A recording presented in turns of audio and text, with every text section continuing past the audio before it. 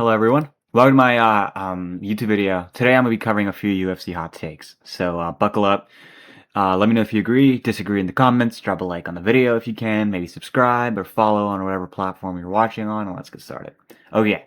So first hot take. I think Dan Hooker is hands down the worst ranked fighter on the entire roster. I think he robbed Gamrot and he's going to get brutally mauled by Saladin. Alright, okay. So specifically, I think that he's a very unskilled fighter. I don't think he can fight, actually. He lost to BSD. Obviously got brutalized by Arman. Robbed Gamrot. Barely by the skin of his teeth beat Jalen Turner. Got his face cracked open. He fights once a year. Or has been since 2022. His last legitimate win was Claudio Puelles, who's, I think he's what, 3-3 in the company?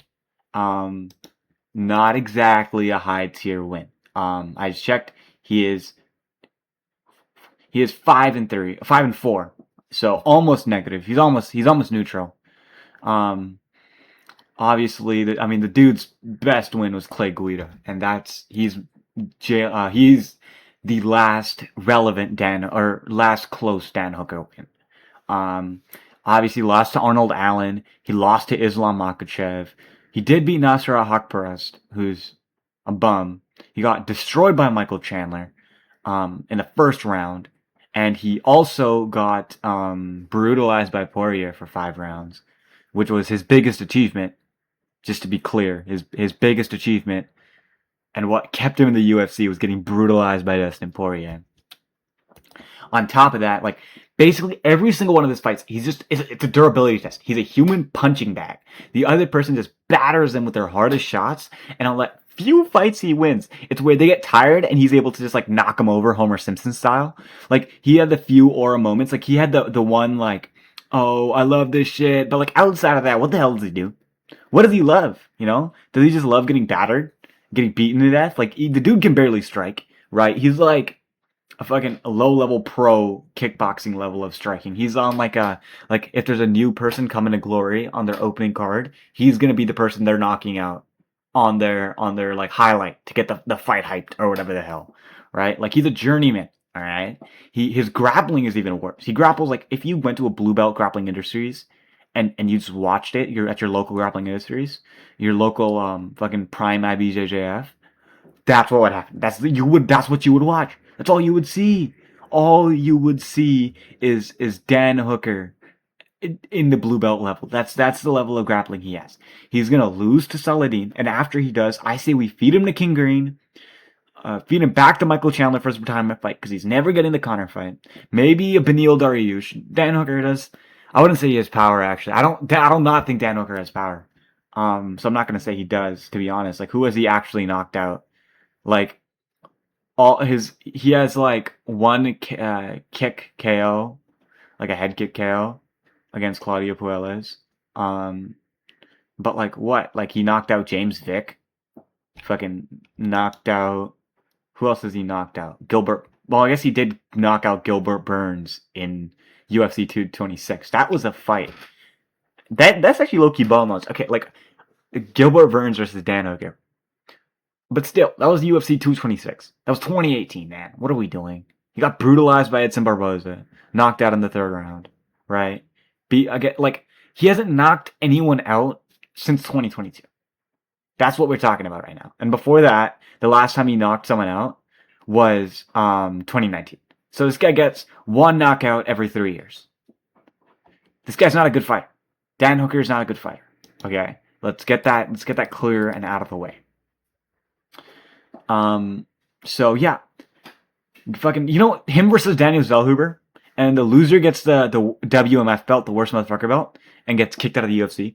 And the winner gets kicked out too, but they get a severance package. There's a little bit of money, so then they can open up their own cardio kickboxing gym and advertise it as getting you ready for the UFC because they fought there. Okay, next hot take. It's more of a hot question. What the hell does Marvin Vettori do? What is his purpose? Why is he still in the UFC? All he's done is get a very random win over Paulo Costa, and then I'm talking. This is like a Ronnie Barcelos beating Peyton Talbot almost, or the dude that submitted Marab in the beginning. I can't remember his name. But Marvin Vettori is just like a literal punching bag. He is entirely just a punching bag. He's 19-9 or whatever. Like, what are we doing, man? What are we doing?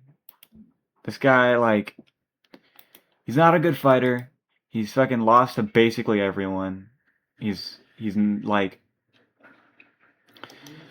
fuck it. You know what? I say, like, if I were the UFC, I'd book him versus Roman Dolidze, book the finale, book the trilogy, let it get over with, and send them away. All right, like he did. What he went against Tariq in grappling, which was kind of interesting, but like lost. He's lost to Bruno Ferreira. He's 0-3 in his last three.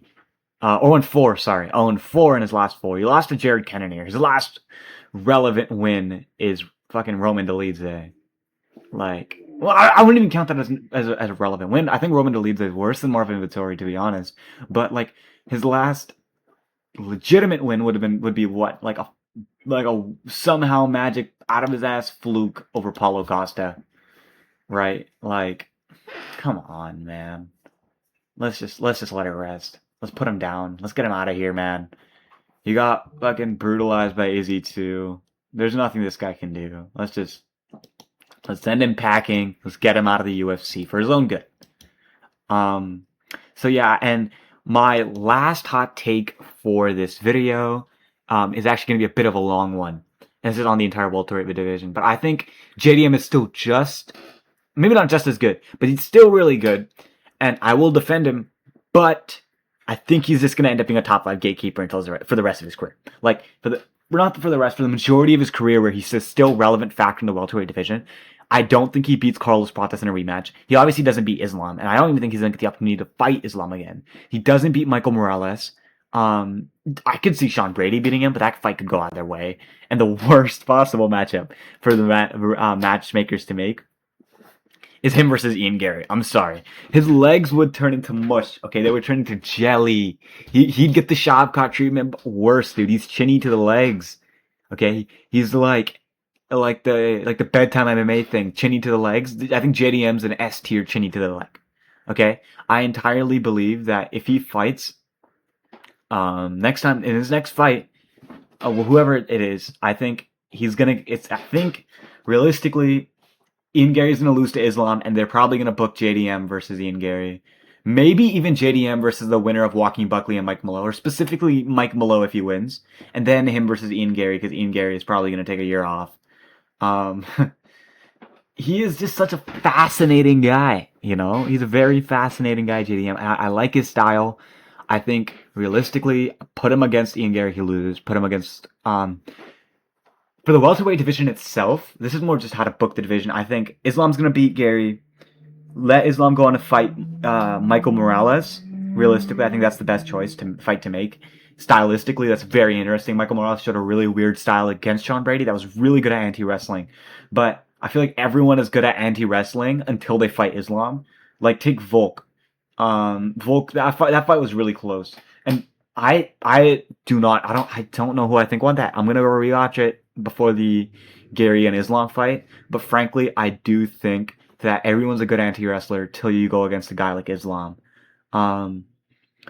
As long as Islam tries to attack the legs specifically and goes for doubles and singles, because that's how Shavkat beat Gary, right? He was doing okay in the clinch, but Gary's good at upper body clinching. He's good at that weird Greco clinch, and Islam really loves his tie clinch and this, like, you know, the double collar tie, you know, the double the grips, just getting those grips in the back of the head, and he's like bringing his opponent down. But I think Gary's too tall for that, and I think Islam's gonna struggle getting there. The height difference is the height difference is there, frankly, for Gary. So I think if Islam is smart, he does the Khabib method. He shoots his doubles, he shoots his singles, he throws overhands, and he's gonna. I think he takes him down, and he might submit him. I think he might submit him, or it might just be a repeat of the Shavkat match, except there's no back take. But yeah, I think Islam. It's not a breakdown of Islam and Ian Gary. I'll go more into depth in a couple videos from now. But frankly, I do entirely believe that Islam Makhachev is going to batter Ian Gary. And then he's going to fight Morales. That'll be closer, but he will beat him. and he's gonna retire from there. And I think Carlos Prates is gonna fight winner of JDM Ian Gary or whoever Ian Gary fights. Ian Gary's probably gonna beat them. I don't think he loses to anyone other than maybe Carlos in a rematch. So I think Carlos versus Gary is gonna end up being a title fight, and I hope Carlos wins. I don't know who will, but I think Carlos Prates will have improved enough by then, and is gonna make the entire fight look like the 5th round of his first fight with Ian Gary. And that will do it for the video, folks. We have hit the over 10-minute mark 30 seconds ago. That's going to do it for the video. I really hope you guys enjoyed it. So drop a comment on what you think. If you enjoyed it, leave a like. If you didn't, drop a dislike. Leave a hate comment. Call me a slur. It's a very I actually just got a message right now talking about specifically the Ian Gary fight, which a video will be coming out next week. Tomorrow or the day after will be the Prison Battle Royale video. So, yep, stay tuned. I hope you guys have an amazing day, night, evening, wherever you are, and I will catch you guys next time.